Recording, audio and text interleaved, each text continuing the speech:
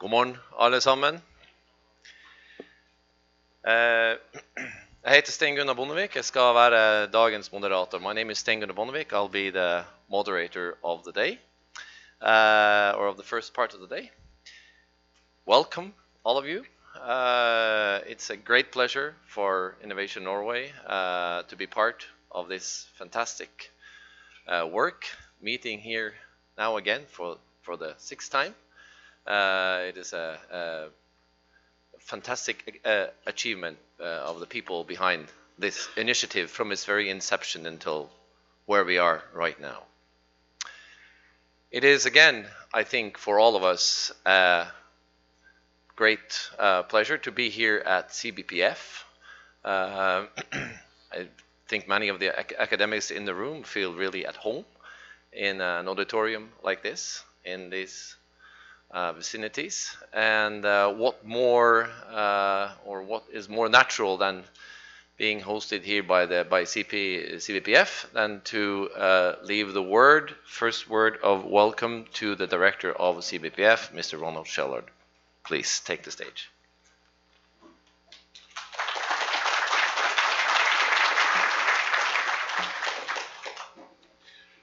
Good morning for everyone. Fortunately for you, as you can see, my voice is a little bit, so I have to be short. But I would like to welcome you to CBPF, tell you a few things about this institution.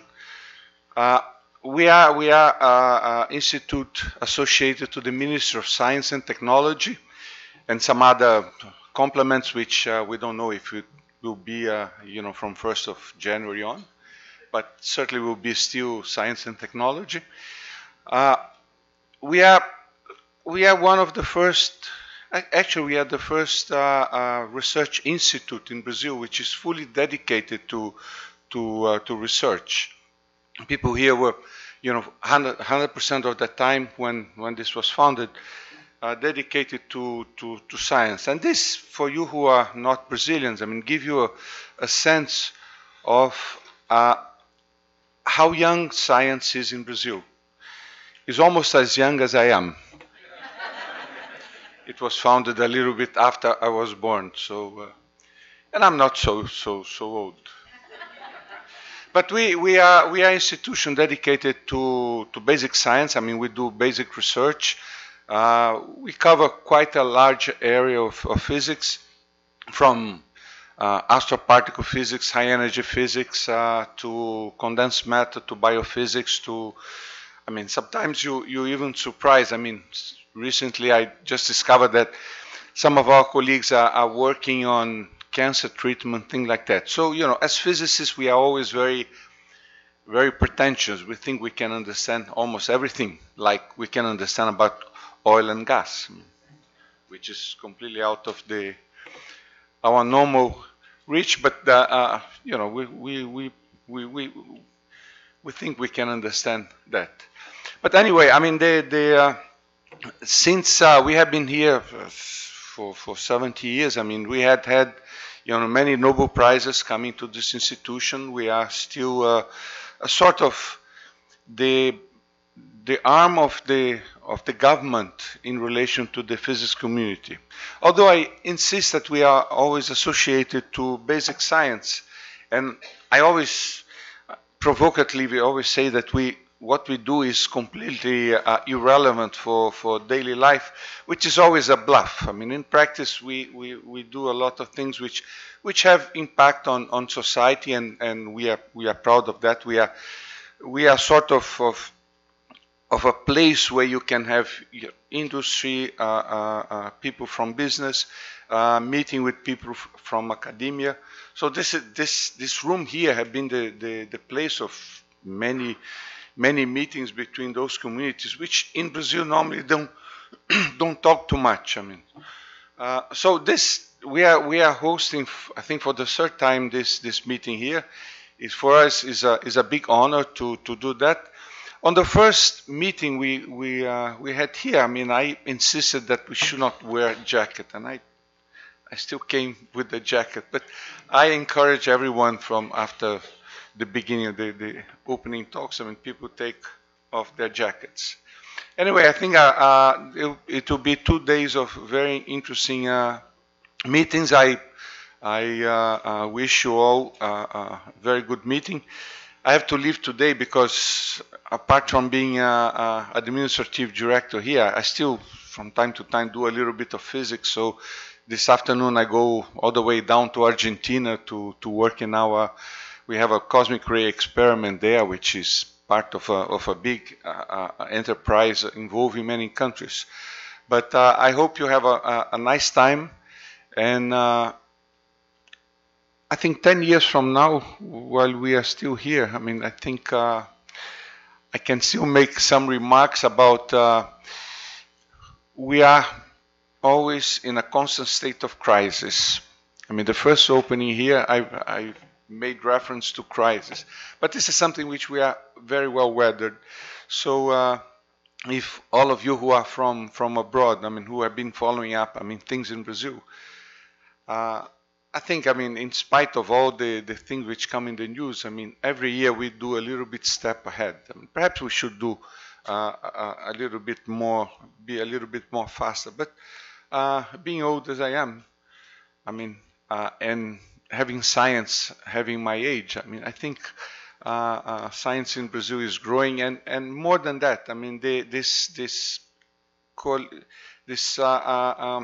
relationship between science and very applied things, I mean, is something which is getting to a mature state here in this country. So I wish you a good meeting, and I hope to see you also next year here again. So thank you very much.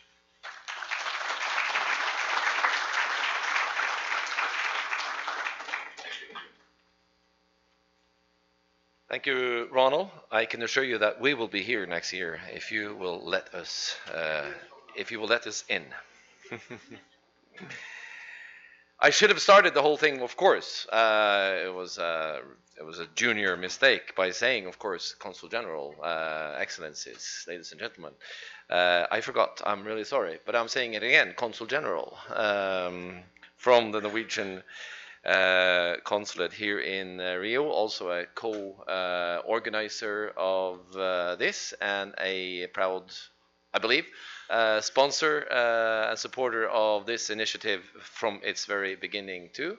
It's a pleasure to have you here, Sissel Hodnesten. Please take the stage.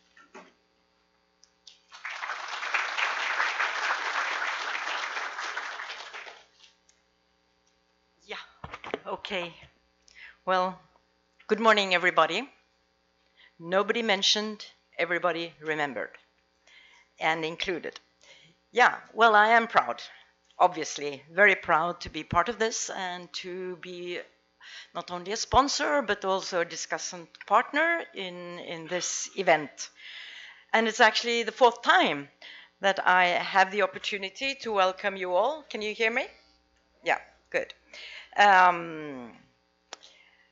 To the November conference, and now yesterday I said it was the 7th, but it is the 6th. So, but there will obviously be a 7th as well. And I've actually I think I've attended them all except for one. So, but now this is the last time because I will be heading towards Oslo in the first quarter next year. So I'm going to make the most of it and most of my time here now. So just. Well, through turbulent years for the oil and gas industry, the November conference has kept a steady course, which is extremely important. The organizers have not lost sight of its vision to create a dialogue between academia in Norway and Brazil regarding technology development in petroleum and energy sector. And the goal has actually also increasingly been to create links and dialogue between academia and the industry itself. Actually, a long-standing tradition in Norway. The November conference, as I see it, has had an inbuilt ability to renew itself and has throughout these 6 years proved its relevance. It has and is addressing the issues of the day, such as the need for cost reduction and more efficient and safe operation, digital and automation solutions, and reduction of CO2 emissions. I actually, by the way, and I mentioned it to some of you that I met before here, that yesterday I actually read an article in the Norwegian, and it was written by some researchers in the Norwegian Research Center, and they are represented here as well. And that said that for Norway to reach the goals to reduce emissions that we have actually committed ourselves to in the Paris Agreement, we have to reduce CO2 emissions from the oil and gas sector considerably. Maybe not only considerably, but dramatically. And in addition to a lot, of course, that was in that article, it finalized its writing by saying that if we were going to reach those reductions that we need to reduce, we have to collaborate between research and industry. So, and that is what a November conference is all about. The research collaboration between that is actually stimulated between the November conference is highly regarded by the Norwegian Ministry of Petroleum and Energy. They are eager to see the collaboration and the work continued. That's why the ministry, and you may know it, all of you, but still I want to say it, that the ministry has decided to provide financial support for a 3-year period forward. So there will be more November conferences in the future. And I look forward to follow the development of the concept from far, not least to see how it spills over in the renewable energy sector. Energy transition is the theme of the day. As I said, the November conference has been able to adapt according to challenges.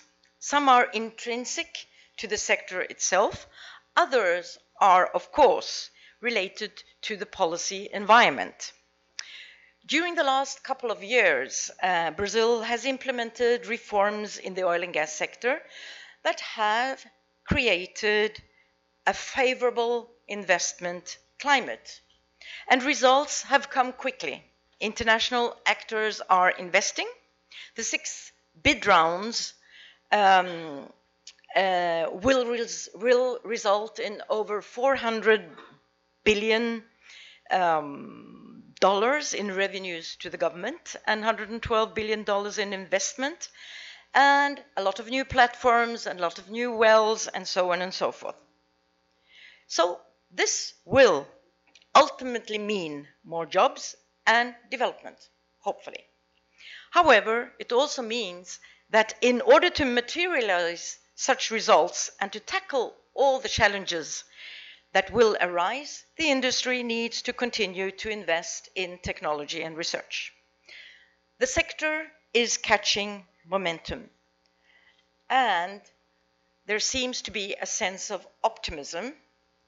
I refer also to Roland here, heading forward, albeit following attentively the development of the policies in the country, and I'm talking about Brazil now, towards a shift in government. I cannot leave the podium without mentioning especially the institution here, the CBPF, and the director, Ronald Shellard. The partnership with the institution here in Urca, which is my favorite place, has deepened throughout the years. And I hope you all noticed the wall painting. You didn't mention it. But no, that's fine. You left it for me, didn't you? We agreed on that. It's the world's largest urban graffiti dedicated to science, and it has specific themes. My interpretation, and you mentioned it a little, you said you're sort of not relevant to society, but I actually think that this is a sign that the institution actually has an ambition to communicate with the world and your near neighbors, and thereby about your role in society. And I followed the development as I passed the wall here nearly every day, talking to the young artist, Gabi Torres, and I love it. Congratulations.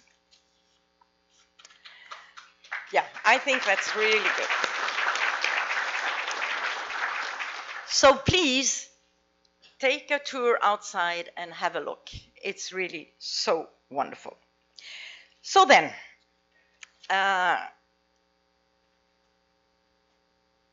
parallel to the November conference that has a tradition now, the 6th, we actually have the second ocean conference going on. And it's going to be at Museu do Amanhã. And I wanted to make you aware of it because we actually organized it in a way that people that were here could then participate on Wednesday, where we're looking into also energies related to the ocean. A Wave of New Energy is the title of it. So please take the opportunity to attend, and you will find the invitation on the table at the front here outside. So please don't forget about it, and you will be able to do 2 things at least at the same time. I wish you all the best for the 2 conference days, as well for future conferences. Congratulations.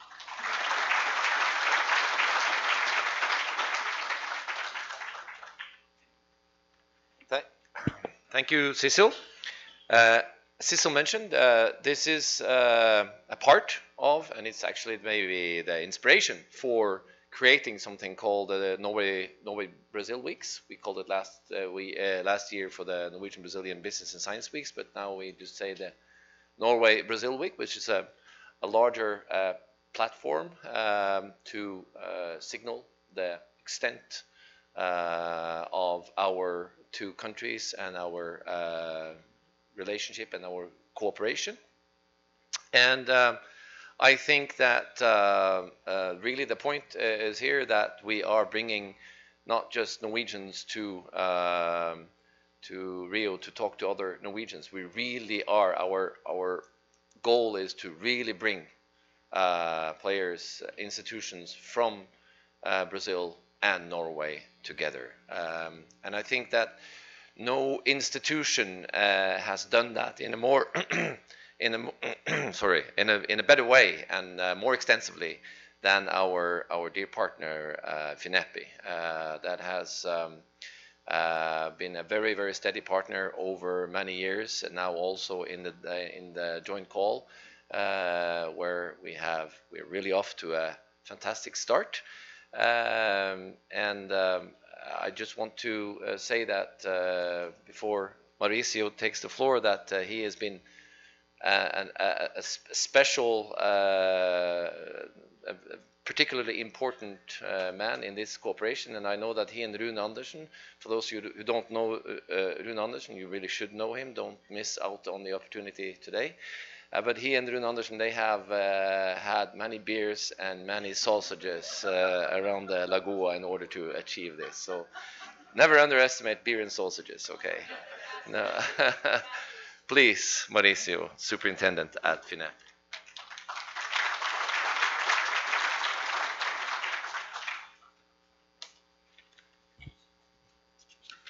Well, thank you, Sai-Gunnar, for your very kind words. Good morning to everybody here. At first, I would like to thank CBPF for hosting for the 3rd time the November conference. And it's getting bigger and bigger and bigger, and that's very good. It's very nice for me to take a look at the audience and see so many friendly faces. This story started for FINEP in 2011 under the umbrella of BN21. We had many meetings, and FINEP became part of this intergovernmental agreement. And we did many things together. 5 November conference now is the 6th one. We signed an MOU, 2 MOUs in 2014 with RCN and Innovation Norway. One Norwegian and Brazilian Business and Science Week last year. 2 public calls, one for more dedicated to companies, the second one for research institutions, March conference, and many other things.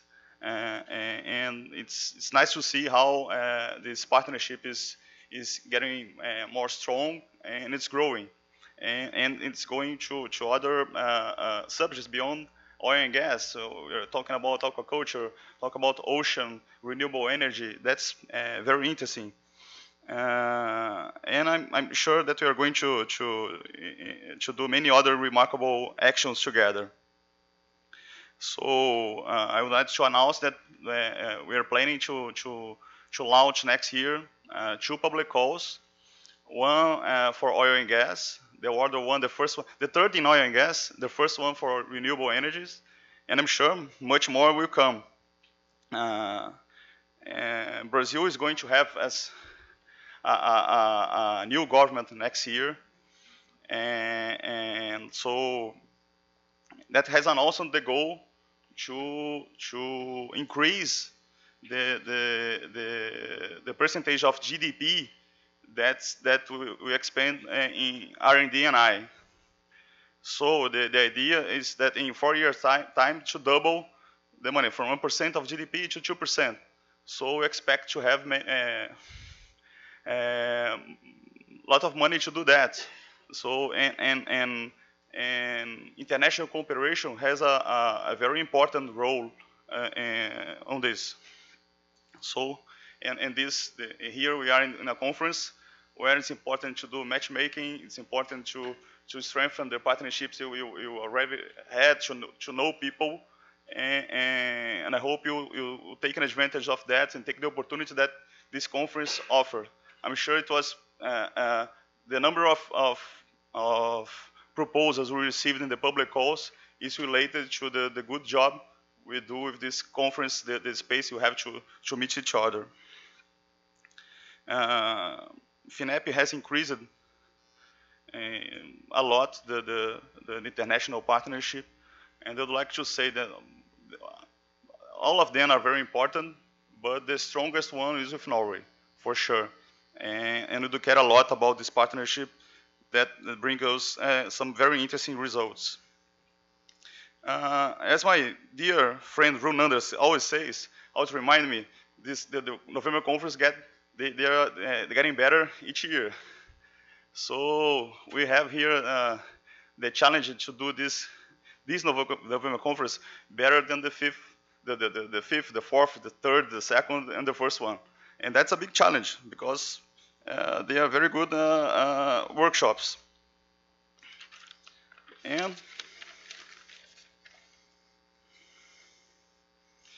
well, I hope Cecil next year come, even though she's going to come back to Norway. You know, it's in November, so although it has one year we did in October, I think, but it's always in November time. So please try to attend November conference. Well, as I said, Brazil and Norway have great opportunities to cooperate in several fields, and in what depends on FINEP, it will happen. I wish you have a very good conference. Thank you.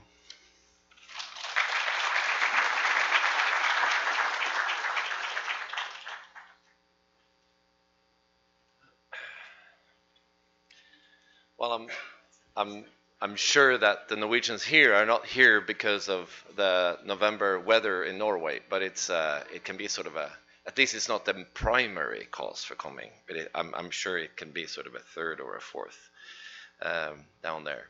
It's fantastic to be here, I know, from a Norwegian at this time of year. Okay. These were the introductory speeches. We're ready to head off for our first speech. And I can only say that countries listen to their government with various degrees of interest. Norway listens very carefully always. There are reasons for that. So carefully that we even put them up as the first speaker on every conference that we have. It's a delight to be able to welcome to the stage the Deputy Director General of the Norwegian Ministry of Petroleum and Energy, Mr. William Christensen. Please take the floor.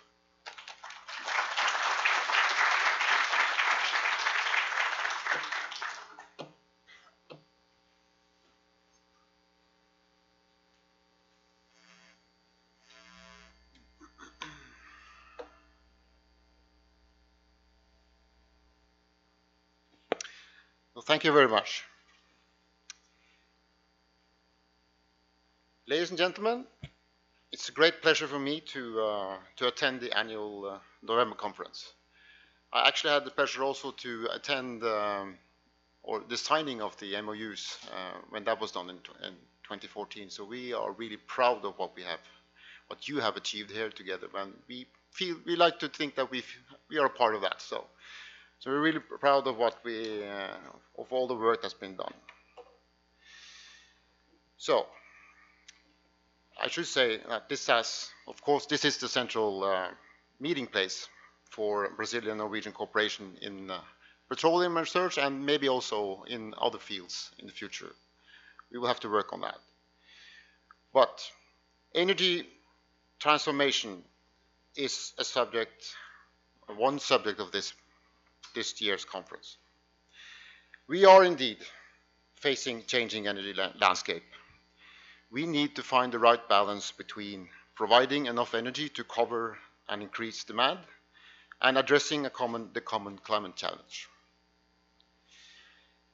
Allow me to begin with a very short reference to arguably the most important transformation in modern Norwegian history, the discovery of oil on the Norwegian continental shelf. This fall, our main TV broadcaster is premiering a new drama called Lykkeland, roughly translated as Land of Happiness, something like that. This is the biggest TV drama ever produced in our country, and it portrays the early years of the Norwegian petroleum industry. I was just 7 years old when Ekofisk was discovered. I can only imagine the decisions and dilemmas that the authorities were facing in those early years of petroleum activities. I think it's very fair to say that those responsible did well, very well. 50 years later, the petroleum industry is still our most important industry, contributing immensely to our welfare state. So how did we succeed, and how do we remain successful in the future, in spite of the many challenges? That could be the basis of several books and research projects. However, today I would like to highlight one particular ingredient: cooperation. I will get back to cooperation between our two countries, but I would like to begin by addressing how we cooperate back home to make the most of our oil and gas resources.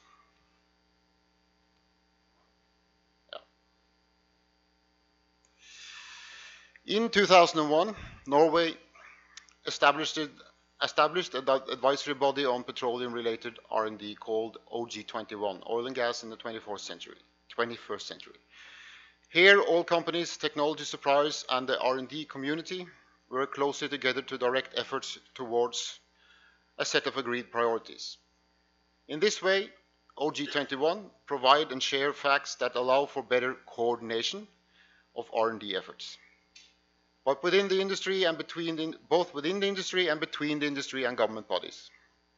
The OG21 strategy covers the complete innovation chain from long to short-term R&D, as well as testing and implementation of technology. The ministry channels all R&D funding through the Norwegian Research Council that runs the relevant programs for petroleum research. The two main programs are Petromax 2 and Demo 2000, as you can see here in the slide. Generally, Petromax 2 supports research on lower TRL levels, while Demo 2000 supports research, as the name indicates, that are closer to the market. In the annual allocation letter to the Research Council, we make sure that the programs follow the main targets set by the OG21. Cooperation is key for OG21 and for the organizations of the organization of the Norwegian petroleum research activities. So that's one part of what we do, an organization, and then cooperation is really key to this. Going further back in time, I think another important element, and probably much more important than OG21, is tripartism, we call it that. It's the cooperation between the authorities and the organized parties in the working life, representing both employers and employees. This is highly relevant for the success of the Norwegian petroleum industry because it's a model for facilitating dialogue and not conflict. The participants seek compromise and consensus to solve problems and upcoming challenges. We all know that we are better off if we work together to meet a common target, which is of course the best possible management of our petroleum resources.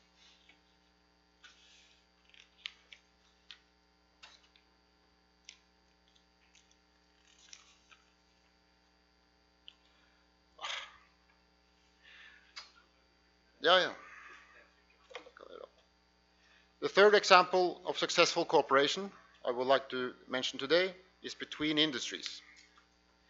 Our petroleum sector is renowned for its state-of-the-art technology, attention to safety, and the ability to deal with new and complex challenges. That is why we believe that the potential for knowledge transfer from the petroleum industry to other industries is significant.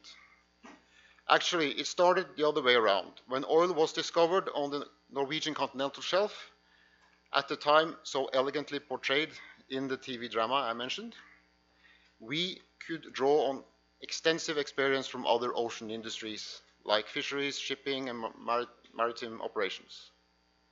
More recently, and especially since the oil price dropped from 2014 and onwards, our service and supply industry could balance the books by making deliveries to other sectors.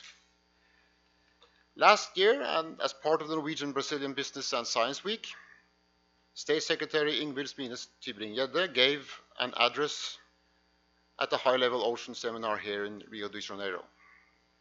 There she mentioned the very famous example of knowledge transfer from the petroleum sector to the renewable energy sector. The case in point was the Hywind project by Equinor, partnered by Masdar. This is the first floating offshore wind farm in the world.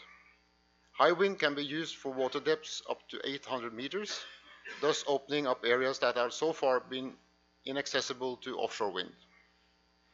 Developing this concept, Equinor has drawn on their extensive knowledge from decades of offshore petroleum activities on the Norwegian continental shelf. There are other examples that are less obvious. Pumps and Pipes is a platform that brings together professionals from the petroleum and the health industry. This has resulted in interesting collaborations between sectors that you would not think had that much in common. A researcher from Norse, I believe they are present here today, I know they're present here today, described this in the following way. We use data models to simulate physical and chemical processes between oil and water in small cavities. Since the same physics also describe the transport of blood in the body, we can use the same models also in health research. I'm sure that they would elaborate much more on this than the general statement, but in effect, there are similarities that we can exploit, and that's very interesting and very positive. I think that is a fascinating example of knowledge transfer from the petroleum industry, and I could also mention many more. Sorry. Back home, everybody involved in the petroleum industry, and especially my ministry, or the ministry I work in, often get confronted with the following question. How can we be a major producer of oil and gas and at the same time claim to have responsible climate policies? I won't repeat all the arguments here, but going forward, I believe reducing emissions from the petroleum industry is essential. It is a major source of emissions. At the same time, all serious projections about the future also conclude that we need energy from fossil sources for several decades to come. This is exactly why we dedicated effort within R&D. Why dedicated efforts within R&D is important. Earlier this year, the Norwegian Research Council presented a report showing that 60% of the petroleum projects receiving support will contribute to reduced emissions when the technology is put to use. And that is, of course, the reason for this is that much of the projects focus on more efficient drilling, more efficient operations, and efficiency reduces emissions, naturally. In addition, we are currently in the process of establishing a research center which is specifically dedicated to low emission technologies in the petroleum sector. I believe we are in the same situation, both being major petroleum producing countries and signatories of the Paris Agreement. It is our common challenge to show the world that it's possible to combine those two roles. That takes me to the fourth level of cooperation I would like to highlight today, international cooperation. That is why I'm here today, even though there are many reasons for a Norwegian to leave the country in the month of November, as I think we alluded to just before I started my talk. We are here because of what we have in common. Both Brazil and Norway are important energy producing countries. Brazil is also one of the largest markets for the Norwegian service and supply industries, and we're the biggest energy company, Equinor, our biggest energy company, Equinor, has a major presence. You have world-class resource base with fantastic potential for long-term success, and you are a leading laboratory for global innovation, constantly breaking new barriers offshore. This is the sixth time we've gathered here, and it's already 5 years since I was here last time to be here when the MOU was signed. The icing of the cake is, of course, the organization of joint R&D calls. The first calls was very successful. The second one, I'm pretty sure will be just as successful, and now we have just heard that we are going to have the third and maybe also a fourth one in renewables, and that's extremely positive news. I would like to take this opportunity to congratulate both FINEP and the Research Council of Norway and Innovation Norway for their effort and successful cooperation. So it's time to summarize. I'm constantly pushing the wrong button, but that's okay. The message I have tried to convey today is the importance of cooperation. We are very pleased with our cooperation with Brazil. I trust both Norway and Brazil will continue to benefit a lot from the BN21 collaboration, and I look forward to the progress ahead. I will finish here where I started by referring to the TV drama and the quote by one of the main characters. We live in the most exciting place at the most exciting time in the world, right now. We must not forget that. Thank you for your attention. Muito obrigado.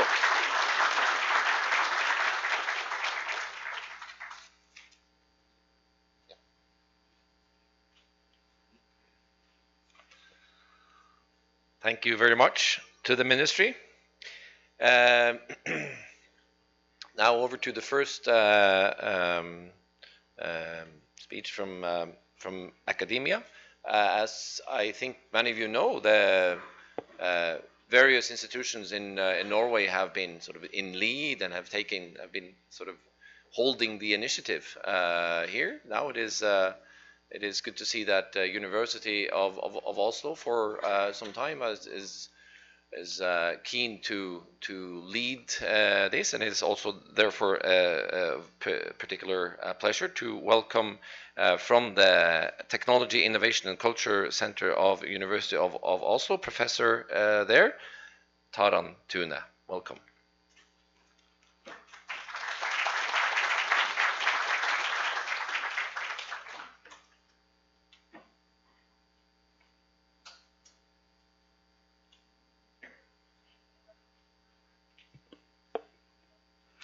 Thank you so much for that introduction, and thank you for inviting me to this conference. It's my first time on the November conference and my second time in Rio, so I've enjoyed myself thus far. I'm from the University of Oslo, and I'm probably one of the persons in this room who's not a technology person. So I'm a social scientist, I'm a professor in innovation management, and I've studied for a number of years the transformation and the innovation capability within the Norwegian petroleum sector. So that will be my topic today. So I'm currently leading a large research project, which also is a cooperation with the Brazilian Research Institute. The project that I've been working on for a number of years is called CIVAC, and it studies the transformation of the Norwegian petroleum industry, focusing specifically on the suppliers to the petroleum industry. So that is our main research topic. And it's a collaboration with two Norwegian universities, University of Oslo and the University in Stavanger, as well as Universidade Cândido Mendes in Brazil, here in Rio, and with Aker Solutions as our user partner. So it's been a very interesting number of years where we're really, as social scientists, technology historians and so on, have really been invited into this industry to have a very close look at all the interesting things that's going on in technology development and innovation in this industry. So maybe some of you in this room have been informants or have supplied information to us. So it's been a very interesting and experience where we learned quite a lot. So my team and myself were innovation scholars, and we're not specialists on petroleum technologies at all. But this is a very interesting area that has rarely been studied from an innovation perspective. So people who study innovation and technology development are really interested in industries such as the pharmaceutical industry, the chemical industry, and so on. But the petroleum industry has largely been regarded as not so very interesting.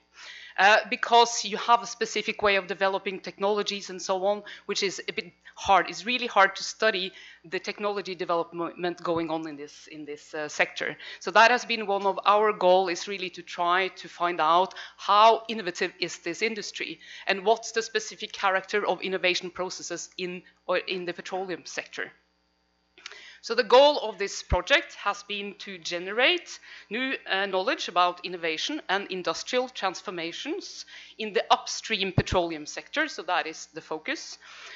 Focusing on the last 20 years. So our study has focused on development going on from the late 1990s until today.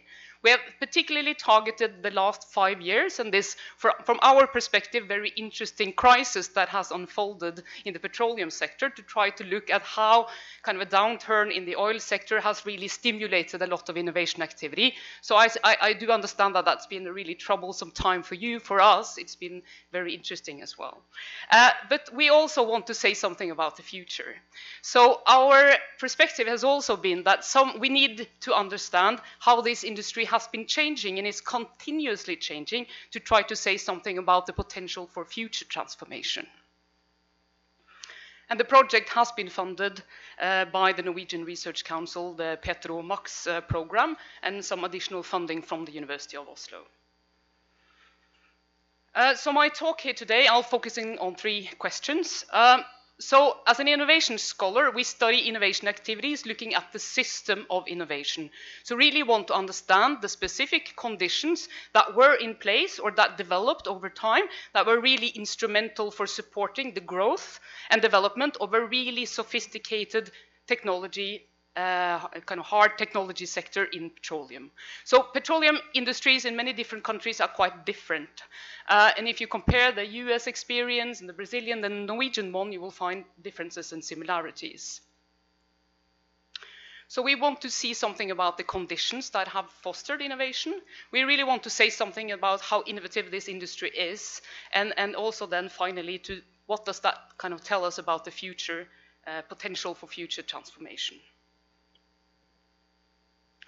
So I'll start with the conditions. So in innovation theory, we always focus on the fact that innovation is not something that's carried out by a specific research community or within a given firm. We regard it as a system. So to generate innovation, you need to have a widely diffused capabilities in multiple type of companies, in research institutes, in the government sector, and the collaboration between a range of actors is what's really driving innovation. And compared to many other industries that I've also worked on, petroleum is specific because it's really not an industry in a classical sense. So economists like myself and other people, we really want to compare neat categories where kind of you have pharmaceutical companies, they produce drugs, you have manufacturing, they produce car parts. But the interesting or the difficult thing about petroleum is that it's a composition of probably 100 or even 200 specific industries that collaborate to bring out a very kind of complex value chain. So when we're studying innovation, it's very difficult to compare a high-tech sector such as pharmaceuticals to oil and gas, because if you look at the raw data, it seems that oil and gas is really not a very innovative sector, because you can't really find where activities are actually carried out. So if you only look at the oil companies, they have a certain investment in R&D and so on, but it's very limited compared to how much they earn. So it looks like, if you compare statistics across borders, petroleum is usually something which is regarded as low-tech. And I guess for lots of people in this room, that is kind of, you can't really imagine that that is the case. But so one purpose for us is to see that if you really want to say something about how innovative this sector is, you really need to have a different perspective. You have to look at all the different players that are involved. In upstream, petroleum can best be described as an ecosystem of multiple different commercial entities, but also non-commercial. And they work together in a specific way, and that's what's delivering innovation. But this kind of system, it doesn't operate in a vacuum either, so it's strongly supported by socio-political conditions that are really instrumental to push the system towards more innovation capabilities and outcomes. So looking at the socio-political system that supports innovation activities is quite important. And the Norwegian case is quite interesting because a lot of the innovation, a lot of what's pushed innovation is a very active governmental system that has really supported innovation in very many ways and also been instrumental in developing this ecosystem. So I'll get back to some of the policy things. So this is when we as kind of innovation scholars study kind of what are the components that go into an innovation system. So this is very, very simple sketch of that. So we want to look at the actors or the actor constellation. What type of companies, what type of research institute, what type of governmental bodies are actually involved, and how do they shape this? How do they shape innovation? Then we want to look at what I've called here institutions, which is regulatory frameworks, funding, support, everything that really kind of conditions what companies will be doing. So legal frameworks, policies, and so on are really important to understand innovation capabilities. Of course, the technologies themselves, we also look at that and how they have evolved. And in petroleum, like in many other industries, technology is an ongoing evolutionary process. And it's strongly adapted to my kind of fourth category, which isn't really common to add into an analysis of innovation, is nature. So in a resource-based sector, such as upstream petroleum, the natural conditions actually is a very important condition for the type of innovation that a system delivers. So for me as a kind of innovation scholar, I didn't really pay much attention to this issue, but this petroleum sector has really learned me how important it is to look at the natural conditions for technology development. So I'll start, and this system is a co-evolutionary system, so the actual composition will develop over time. So I'm going to focus now on with these categories, trying to describe the innovation system for upstream petroleum in Norway. I'll start by looking at nature. So as was told already, Norwegian, well, not Norwegian, US company found oil in Norway, late 60s, but already within a relatively few decades, the Norwegian continental shelf was defined as a mature shelf. And that means that, of course, most of the large discoveries were made early on. And in the late stage, it was smaller finds, hard to reach depositories, and the focus shifted in the 1990s to actually focusing on enhancing the recovery of the existing fields and tying the small new fields into existing structures. And this, I guess, all the Norwegians in the room, you know this story quite well. But this is a very important condition for understanding how the innovation system has developed, because it has developed significantly within the last 20 years. And understanding that the maturing of the shelf is itself a very important driver for increased innovation activities, because as the shelf matures, as it is in other mature industries as well, it actually requires more investment in R&D and innovation and not less. It may be counterintuitive, but we can find that in many places, and it's certainly the case here as well. So understanding how nature is, the natural conditions for innovation is important. Then, looking at the actor constellations within the last 20 years, there have also been interesting developments in Norway that largely parallel developments in the global oil and gas sector.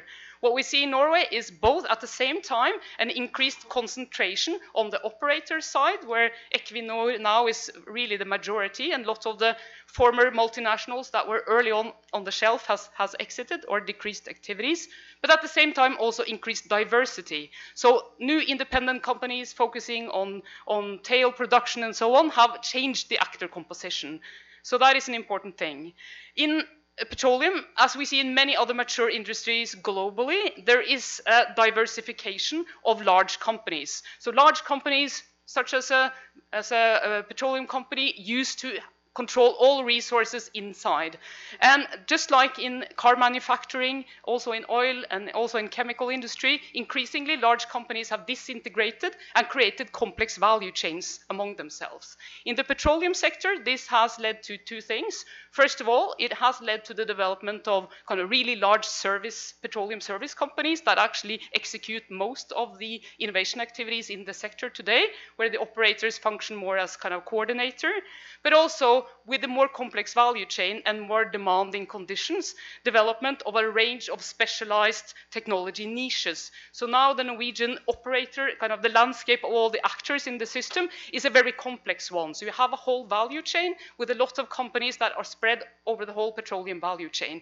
And innovation activities are no longer something that can only be measured by looking at what Equinor is doing or Aker is doing. It's really something which is very distributed. And that matters a lot too when we're going to measure innovation. That matters quite a lot.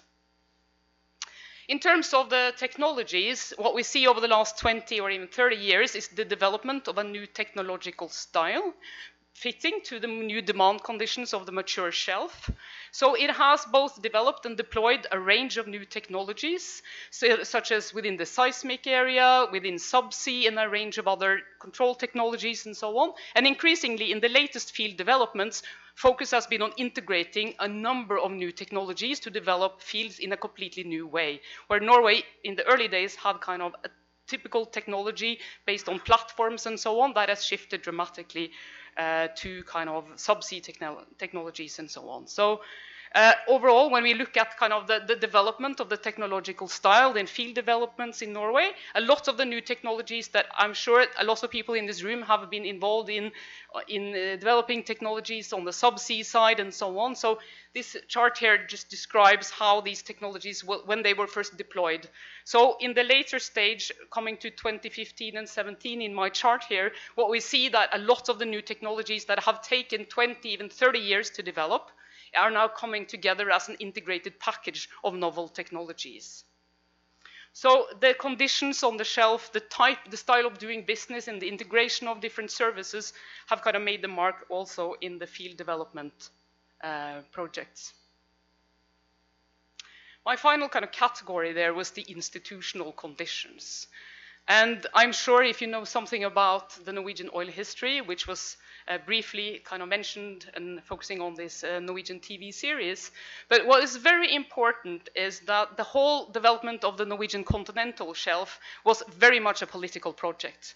And there were some key players early on in the 60s and so on that saw this as an opportunity not only for inviting multinational companies to extract these resources, but really as kind of, I would say, even kind of a political tour de force. You really wanted to develop a Norwegian, both a petroleum industry, but it was seen as instrumental to develop a Norwegian supply industry. So early in the 1970s, the field, everything connected to the commission, the concession system, everything like that was based on the premise that some of these activities will have to go to the Norwegian suppliers. And you had a competent supply base in the maritime industry, in the shipping industry, so they were very quickly converted into become petroleum suppliers. In addition to that, you had a range of R&D programs that forced the global oil companies to invest in research and development activities in Norwegian research institutions. So it was even formulated as kind of one of the key principles for development was that these activities shall lead to economic activities in Norwegian companies. So that has been the baseline since then. So that still has kind of been the case, but since the late 1990s, the government has activated a range of other policy tools in addition to the more kind of concession system, the tax system, which is really beneficial for petroleum R&D and innovation activities. There is no other industry in Norway that has the same support for research and innovation, not only research projects, but going to the companies as well, because they can extract most of the expenses connected to exploration within this specific tax system. So the oil companies don't really have an incentive to report R&D and get kind of tax exemptions. They really have a special system which is really beneficial for innovation. In addition to that, policies have been increasingly focusing on developing a Norwegian supply industry, focusing on research projects, demonstration project. The Demo 2000 program that was mentioned was really instrumental in bringing new technologies towards the market, in collaboration with operators and in collaboration with research institutes. So there has been a range of initiatives over the last 20 years that focused on developing new technologies and deploying them in various ranges. So the baseline assumption behind this scheme that supports innovation in petroleum in Norway is, of course, that the companies have to fund the lion's share. They are the one who really can reap the benefits, but it's been supported by a relatively generous support system directly and indirectly towards innovation activities. And particularly within the last 15 years, a range of programs have tailored support to the supply and technology intensive part of the industry. And this has led, among other things, to a very steep increase in R&D executed in the company. So if you look at the graphs, you really see that the private investments have really developed quite substantially. So just looking at the tailored support schemes to innovation, there are very many, about 15. So what we can see, there has been very strong development since the early 2000s in terms of targeted support to innovation by the Research Council, by Innovation Norway, and some other players as well towards the petroleum sector. So the growth has been particularly after 2011. So that has coincided with a very positive period for the oil industry with very high investment levels, but it's also been supported by kind of technology programs focusing on developing new technologies. So overall, when you look at the statistics for R&D and so on in Norway, you can really see that the input from the petroleum sector has made a significant change, so that the whole country appears to be much more R&D intensive than it was a few years ago. So what does that lead to? The building up of a really strong innovation system for petroleum. What is that? Can we measure that in terms of performance, looking only at this sector? So this has been one of the things that we have been doing in my project, is really to try to come up with some measurement of the innovation performance in this sector. So I'll bring out a lot of graph that compares the petroleum sector to other Norwegian industries. And in my diagrams here, I have kind of circled around what's in my classification, mining and exploration. The petroleum companies, the oil companies, are found with that category. And the final one called CIVAC, and it's just labeled after my project in the database. So we have developed a database of Norwegian supply companies and have collected all the kinds of available information about innovation activities and performance in the supply sector, because there are no statistical data that we can use, so we compiled it from bottom up. So compared to other Norwegian industries, there are really only one or two other sectors in Norway that are as R&D and innovation intensive as petroleum. It's the ICT and the financial and insurance sectors. If you look at only at the petroleum suppliers, they have a fairly high level of investment in R&D in terms of expenses, and also have manpower devoted to R&D. These are the two common indicators for R&D intensity in national statistics. So both mining and petroleum, which is kind of basically petroleum and a few mining companies, and the supply sector are really on the R&D side, really leading compared to other Norwegian industries.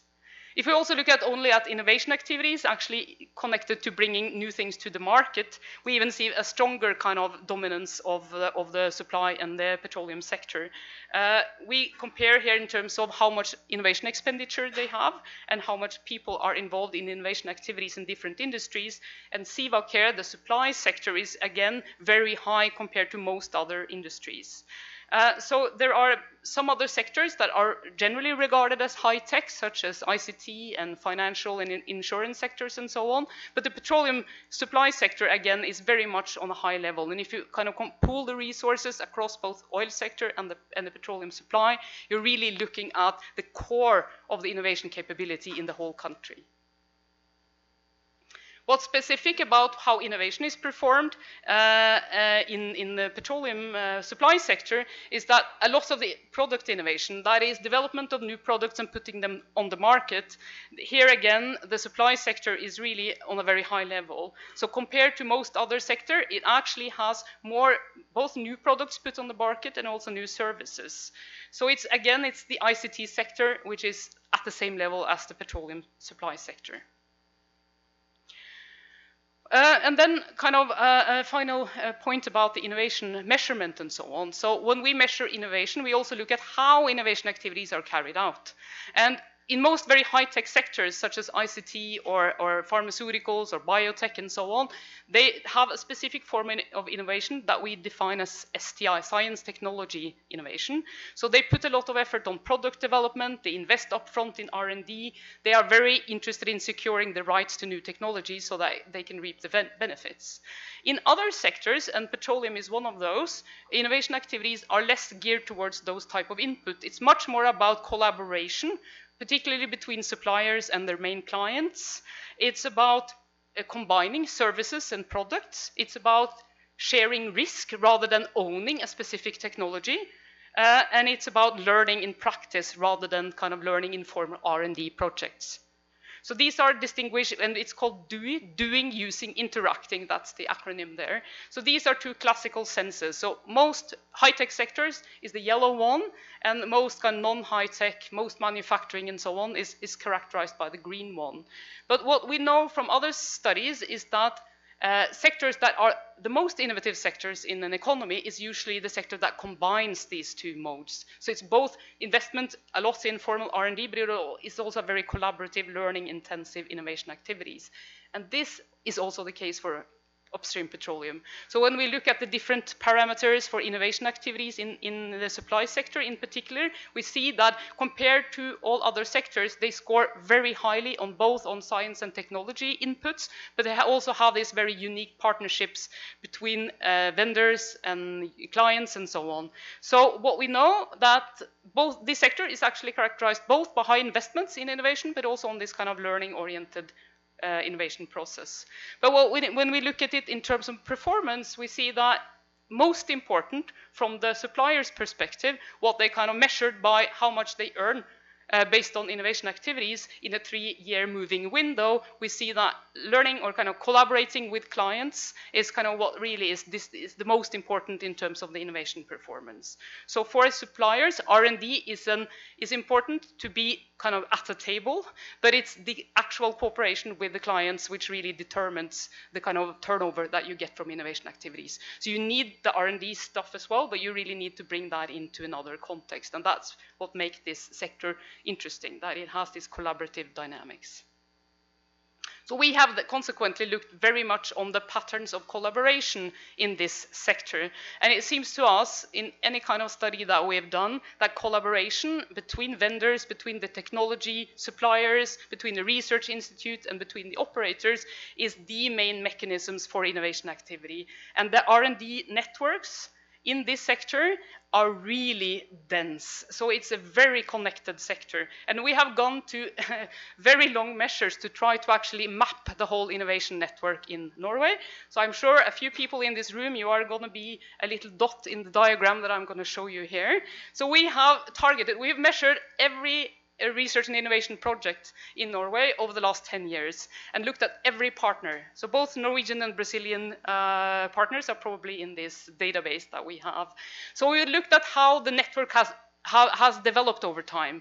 Has it moved from a very strong collaboration between a few partners into a wider network? Can we find some traces of can it qualify the assumptions that we have that networks are important? So in the early stage, the data quality is best from the middle of 2000 until now.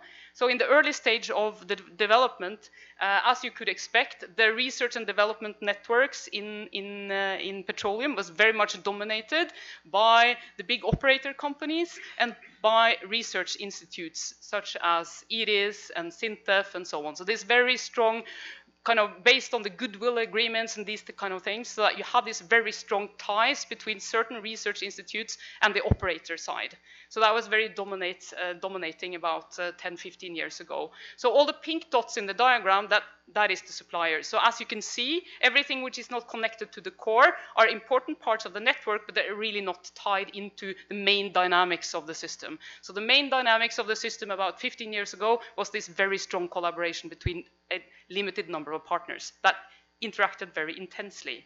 And when we move forward, we can see that the network is actually changing quite a lot within this 15-year period.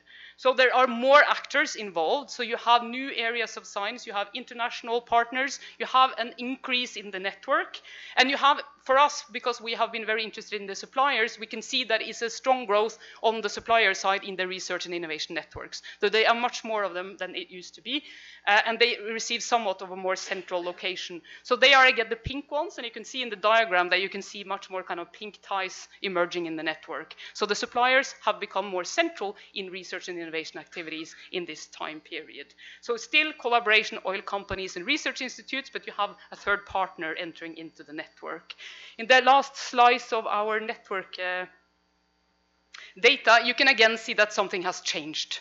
So what has changed in this time period is that the network has started to split up in several kind of clusters. So still there is a core connected to the petroleum companies and some of the research institutes, but you can also see that the network is splitting up to specific parts. So you're starting to have very kind of close collaboration in one area of technology between a set of actors, but they're not everyone is tied to the same partners. Like that used to be Statoil, of course. It used to be Shell and Total. They were the three dominant kind of on the operator side. But now we have new ties emerging. So the oil companies in the network, they are actually weakened in this last part of it. And the suppliers are more frequent. And we also see that basic science organizations, the universities, have started to be more dominant in the network. So it's moved from a very close collaboration on technology between institutes and operators, and it has increased, and it has also widened into a number of other kind of technology areas. So that really illustrates that the petroleum sector is now looking at areas of technology that was much farther from their basic core. So like ICT technology, biology, it's moved in a lot of other new technology areas into the network. What's a bit surprising for us is that the supply companies haven't really become more central. So they're still fairly peripheral. They're in the network, but it's kind of, we imagine that they would have a more and more central role, but they're kind of still a bit peripheral and spread out. Okay. So I'll come to kind of I'll sum up and try to point to some conclusions, also to let Antonio later reflect on my speech from a Brazilian perspective. So this was the diagram that I started on: the actor constellation, the institutions, the technology, and the nature. So my factors, the most very important that you have to keep in mind is actually the shelf, how it has matured, and that has required an immense investment in new technologies.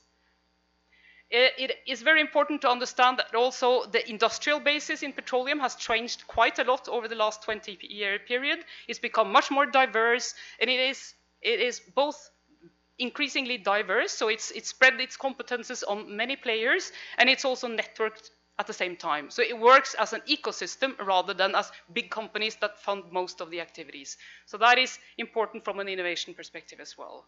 In terms of the technologies, it has developed a range of advanced technologies tailored to the new demand conditions within seismic, in IOR, and in subsea, and several other categories as well. And then in terms of the institutions, you do see that it's been a building up of the innovation support system tailored to a range of new technologies, and also build around this kind of thinking of ecosystems and clusters. So Innovation Norway, for instance, have developed a range of programs to bring actors together. And you can also see from my network charts that the Research Council project also functions very much as a network builder.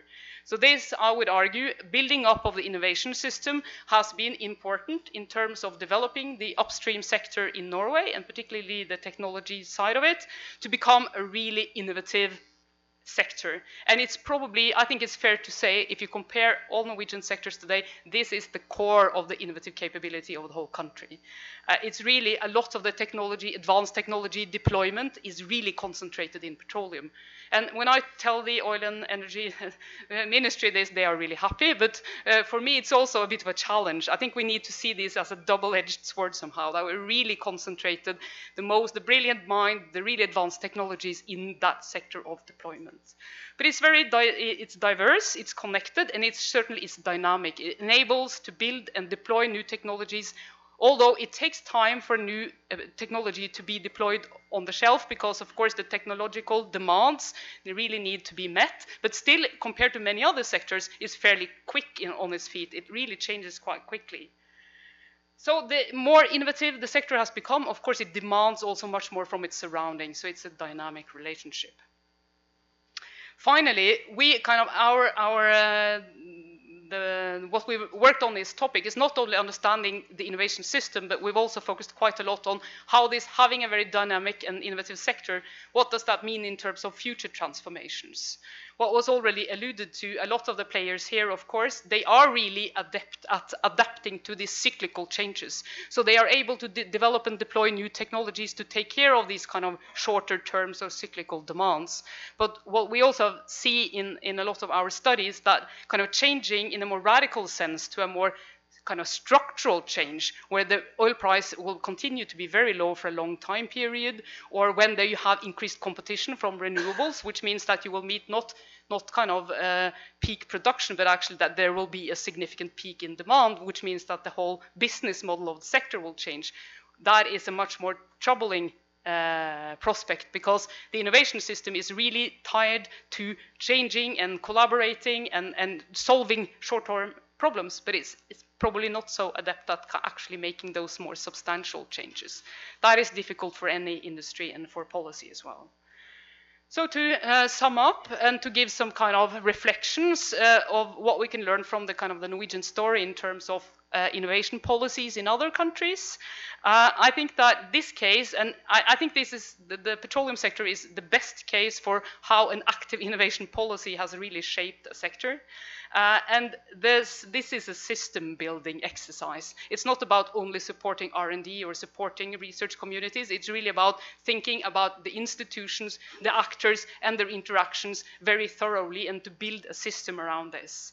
My second point is, of course, that Norwegian shelf has matured, and Brazilian and other contexts are in a different stage of development. But the message is, of course, that when a sector matures, that doesn't really mean that you need less investment in R&D and innovation. You probably need more.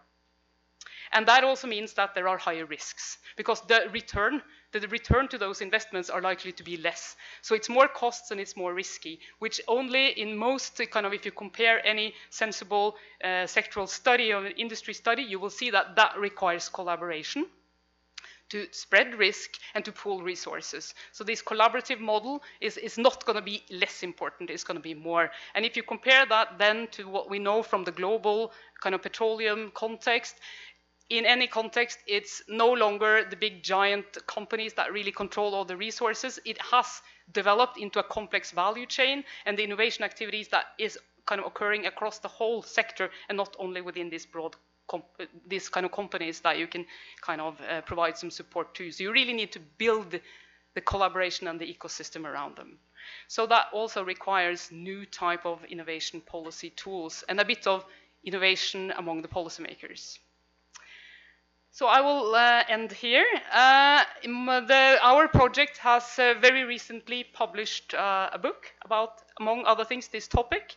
So it's called The Petroleum Industry Transformations, Lessons from Norway and Beyond. It focuses a lot on innovation. It also focuses quite a lot on the internationalization of the business. And it also focuses quite a lot on technology transfer between oil and gas and new sectors such as renewable energy. So please have a look at that if you want, and you can see everybody's laughing because the cover is green and it's about the petroleum sector. So I don't know if that is a giveaway about how we think the petroleum sector needs to develop, but it was actually the choice made by the publisher and not by me. So, but it's the greening of the industry is certainly a big topic in the book. And if you don't want to read the book, we actually have a film on YouTube, so you can see the highlights of our project as well. Or I can take any questions or comments now or in the coffee break. Thank you.